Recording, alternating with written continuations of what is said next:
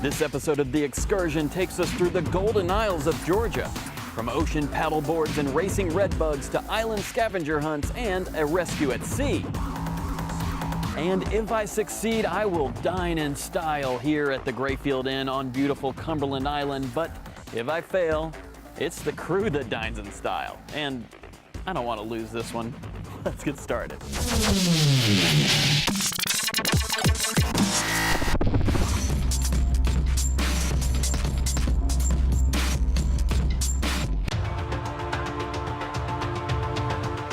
These beautiful islands that make up Georgia's southern coast are a national treasure and an ecological epicenter for nesting birds and turtles.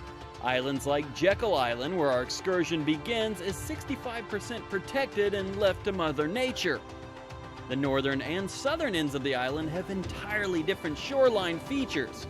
The southern end of Jekyll, known as Glory Beach, features wide, sandy shores and virtually zero development. The northern end has its own special look. Welcome to Driftwood Beach, a photographer's paradise.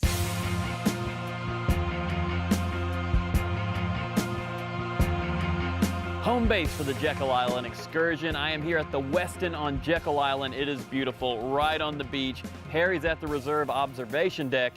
I'm gonna start with some stand-up paddleboarding. What do you say? Challenge number 1, offered by the team of St. Simon's Paddleboard and Kayak. Enter my guide, Norm Leonard. So this is a really fantastic place to paddle because when the tide is in, the water expanse is humongous. We get about 8 foot of movement each day. So it's a really nice place to come and see birds. We also have dolphins and there are even manatee around the area sometimes. So lots of cool stuff to see. Now, you know my show, it's me against the crew.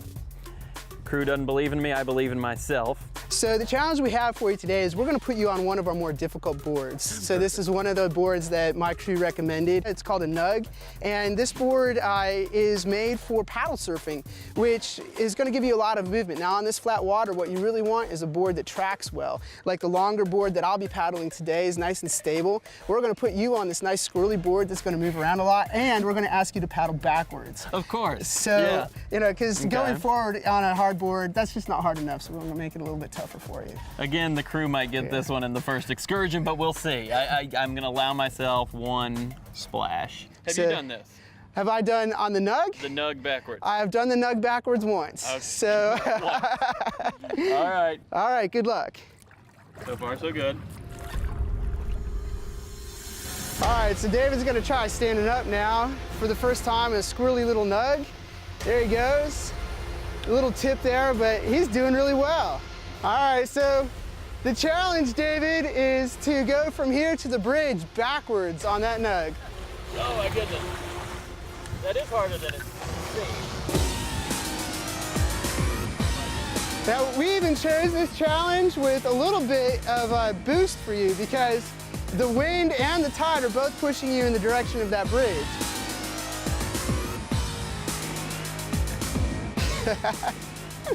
Oh, there he goes! All right. Everything's accounted for. That was your one, right? Yeah, that was it. Yeah. I think I'm in trouble. I think you got halfway, so you're doing okay. Well, almost halfway. You got about... You get back on the board better than anyone I've seen. You must have fallen in a lot.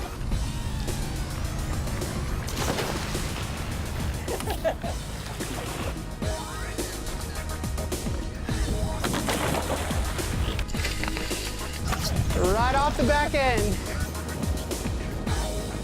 This is a challenge, sir. Well done. Thank you. The crew will love you.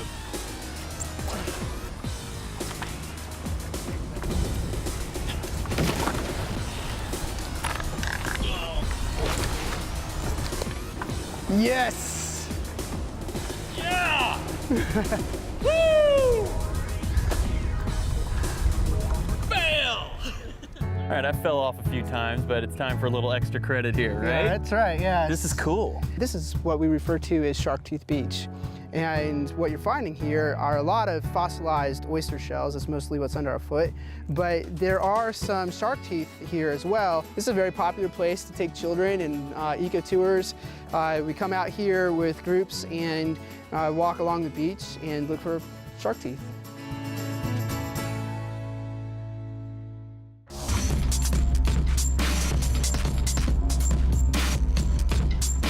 Oh, I've been walking, eyes open wide, and I've been looking at the brighter side. Traveled through the mountains, been to the sea. I've seen the city lights, and I believe life's pretty sweet, pretty sweet, pretty sweet. Like a Georgia peach, my Georgia peach. Life's pretty sweet. After my epic yet enjoyable excursion fail, I rested up at the Westin and prepared for a redbug racing showdown. So what exactly is a redbug? Well, for that, I took a step back in time into Jekyll's historic district and discovered the island's link to the Rockefellers, Vanderbilts, Astors, Pulitzers, J.P. Morgan, the list goes on. I don't know where to start in the history of this place. You mentioned Rockefeller. J.P. Morgan would smoke his cigar on the balcony, talk about some of the big names that were in Jekyll and why they were here. Well, the Jekyll Island Club it was in operation from 1886 and was legally dissolved in 1947. The club members here were essentially the super rich of the Gilded Age, but they would only be here in the winter. So they were all from the north. They'd come down here to get away from all those harsh ice and snowstorms they were accustomed to. What's amazing about this place, you go to the beach side, you see some of the new developments there, but then you walk in this historic district and it's amazing. It's so preserved. You're in a different period. Yeah, absolutely. It's a step back into time. We still got a lot of the historic buildings here, a lot of the cottages that the club members built. Tell me about the beautiful redbug. These are really cool. These are essentially what they called a buckboard cycle car. So the initial ones were actually sold in kits sometime around 1917. And you would order them and put them together yourself. The earlier ones were gas powered. This particular one here is electric. In fact, one of the things that always cracks me up is that William Rockefeller was here as a club member, and he drove, William Rockefeller of Standard Oil drove electric cars.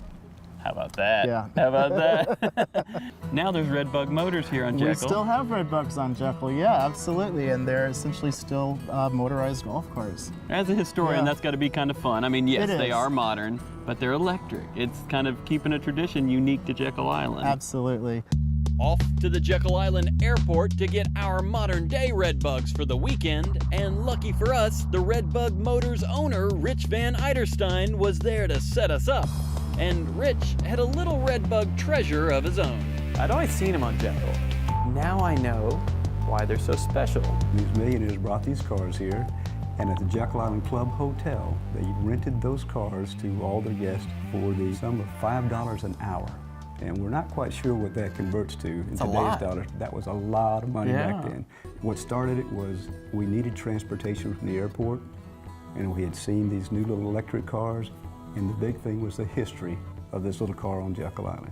Now, we have a lot of people, when they see our little vintage car, they wonder, back in the early 1900s, was there electricity on Jekyll Island to actually recharge these cars? And we go, yes, there was. In fact, I said, have you been to the Georgia Sea Turtle Center? We go, yes. That building was the coal-generating powerhouse that generated the power for the electricity on Jekyll Island. And this is an actual redbug. 1928. Only one you know of? It's the only real redbug still on Jekyll Island. Have you ever sat in it? Have you had the urge? You know, David, I have not, and I think this is a great time for me to sit in it. Please do. Thank you. It is your redbug. Let me get behind the wheel of this thing, and... Oh, looking good, Rich. If it breaks, I'll feel horrible for... Crack. Look at that. I'm excited. Let's go. And cool. But I'm not sure which pedal makes it do what. It just may take off 20 miles an hour. I've decided to challenge my crew to a little race from picturesque Driftwood Beach on the north end to the beautiful Glory Beach on the south end. Okay. They can make it there and back, right? They can definitely do that. You think my little two-seater's a little faster, don't you? They all go about maximum speed of about 25 miles per hour. Can you make mine go 26? I can do that. Okay. I can do that. I can help you out with that, Dave. As usual, me against the crew. I chose the 2-seater and they opted for the 4-seater. Redbug's ready. 1, 2, 3. See ya!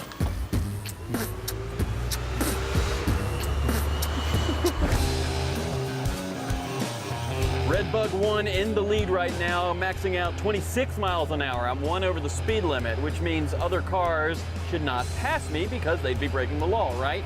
Redbug 2 is way back there in my rear view. I can kind of see him, a little red dot. Got the lead. Getting a little hungry. I got an idea. Having no race experience, this crew was hopeless against me and my 2-seater, granted me an opportunity to take a pit stop at Redbug Motors Pizza, located right by the island's putt-putt and historic Great Dunes 9-hole golf course. These Redbugs are unique to Jekyll, and so is the warm, delicious Redbug Pizza. Redbug Pizza, how about it? Yes, thank you. I'm gonna start with this one, it's got bacon.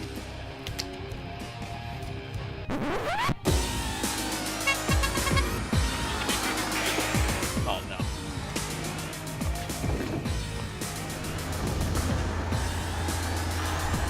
So my calculations were off by a smidge and I once again lost an excursion challenge to my crew. But they were already back at work on Glory Beach. Good race. Oh, nice shots.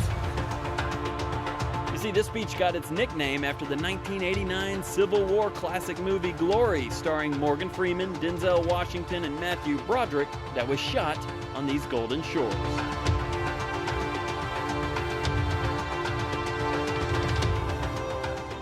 I may have lost the race, but I think I won the war.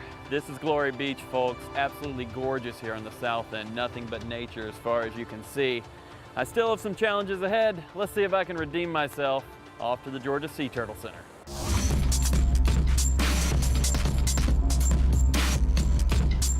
Oh, I've been walking, eyes open wide, and I've been looking at the brighter side. Traveled through the mountains, been to the sea. I've seen the city lights, and I believe life's pretty sweet, pretty sweet, pretty sweet. Like a Georgia peach, my Georgia peach. Life's pretty sweet.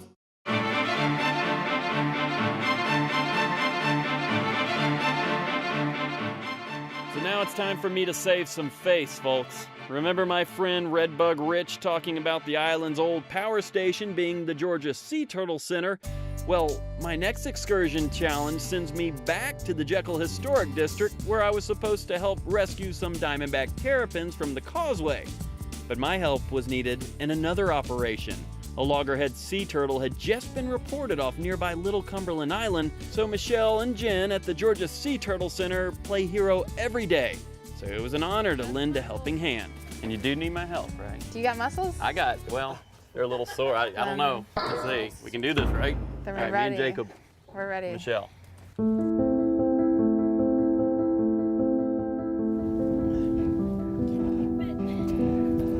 This poor girl had an injured right front flipper, which most likely led to its declining health. See all the barnacles? Yeah, that's what makes her debilitated. Naturally, loggerheads will have some epibiota. It's actually commensal organisms that live on their shell. But when it gets overloaded like that, then that's a sign of debilitation, meaning they're not moving around a lot. And some on the head, is that? Yeah, that's typically just that amount is not normal. You'll also find leeches. They should probably have marine leeches on her. Once we got this 100-pound beauty back to the center, Dr. Terry Norton and the team got to work with an interested crowd of welcome visitors watching the rescue through this up-close observation window. You can see all these marine leeches. These are all on her here, on her skin underneath. Marine leeches. Oh my goodness. So right now Terry is going to be grabbing blood. So this is a blind stick.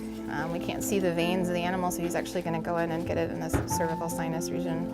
The first thing we do when we have a loggerhead or a sea turtle in general, we're going to put them in a freshwater bath like this. We really don't know water height yet, you know, what they can withstand. Are they too weak to even like raise their head to breathe?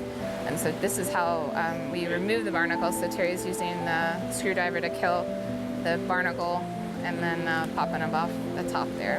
And you can see underneath that keratin is actually coming off with the barnacle too. Some of these guys, the barnacles can actually burrow deep to the bone. Hey, she's looking better already just being in here. So feeling our rescued loggerhead was in good hands at the center, the rescue team and I went back out to help nesting terrapins try to cross a dangerous road. And about 10 yards onto the causeway, rescue number 1 was underway. Yep, there it is. So hold on to your horses. So who do we have here? So these are the ladies. These are what we're looking for. These are diamondback terrapins. They are marsh turtles. What I'm doing right now is I'm actually palpating her, so I'm sticking my fingers in what we refer to as her inguinal area. Okay. And I'm trying to fill an egg. So it basically feels like you're searching through a bag of ping pong balls, but they're not the size of ping pong balls. They're probably more the size of large grapes. There she is. Oh, there's the egg right there. How about that?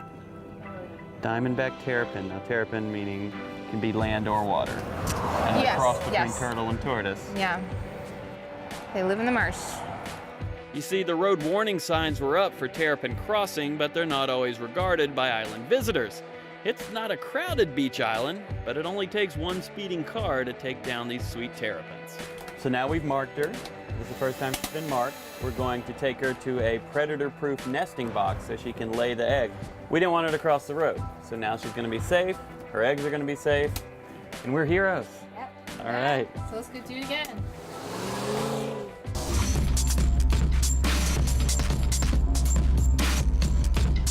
Oh, I've been walking, eyes open wide, and I've been looking at the brighter side. Traveled through the mountains, been to the sea. I've seen the city lights, and I believe life's pretty sweet, pretty sweet, pretty sweet. Like a Georgia peach, my Georgia peach. Life's pretty sweet. Paddleboarding, sort of. Racing poorly, but coming through in heroic measures, this excursion challenge along Georgia's southern barrier islands was up for grabs. So after resting at the beautiful historic Spencer House B&B in the waterside town of St. Mary's, Georgia, I was ready to take the ferry to Cumberland Island, home of the Grayfield Inn.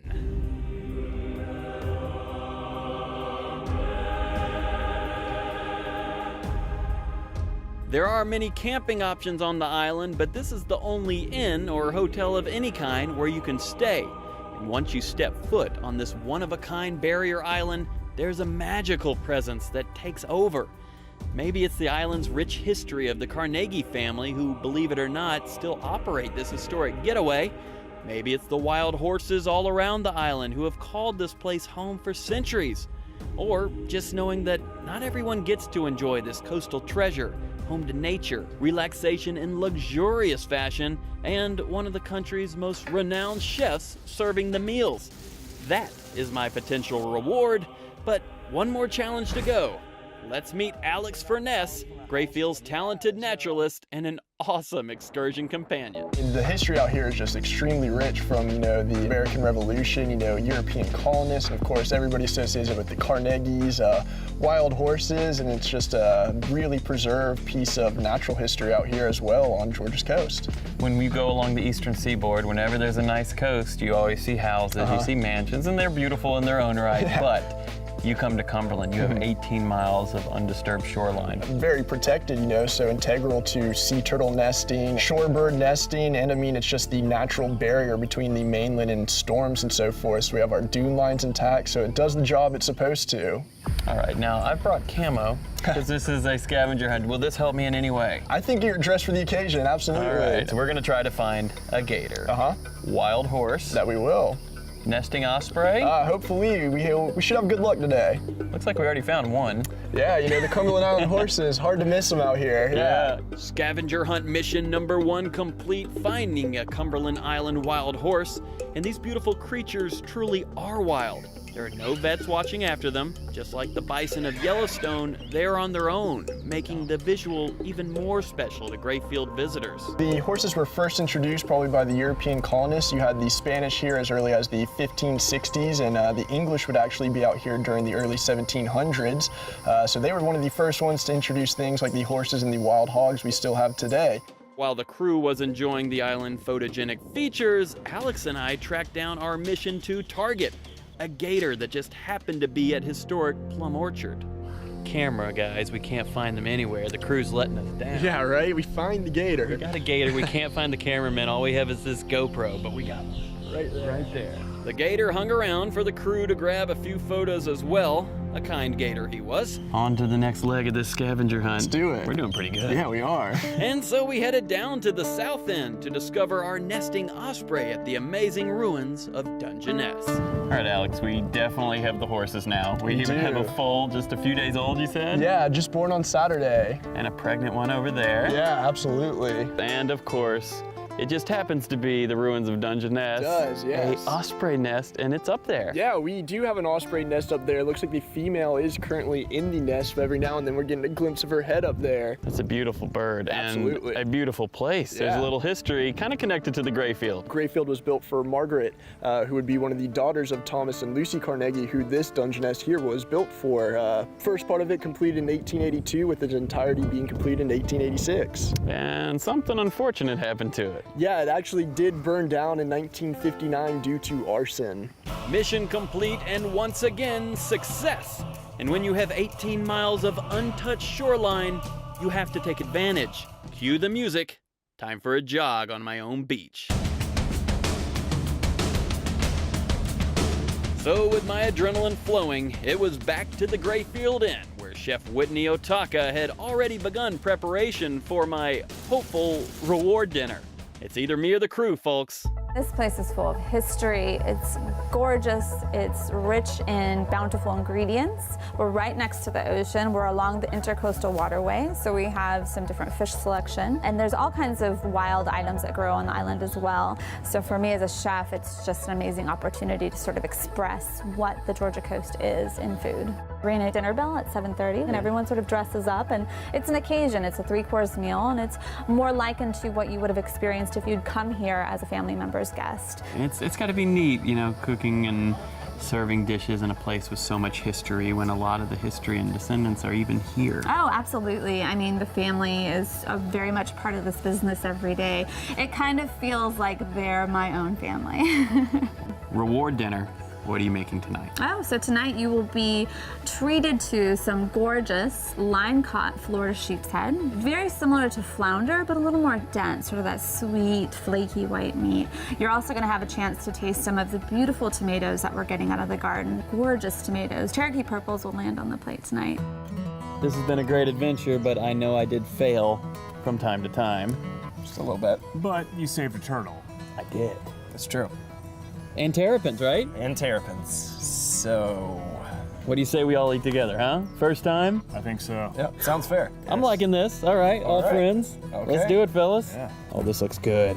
Grayfield Inn, folks. Cumberland Island. So it was all of us, me and the crew, who dined in style, celebrating history, beauty, and a lifetime of memories along Georgia's protected barrier islands. Excursion complete.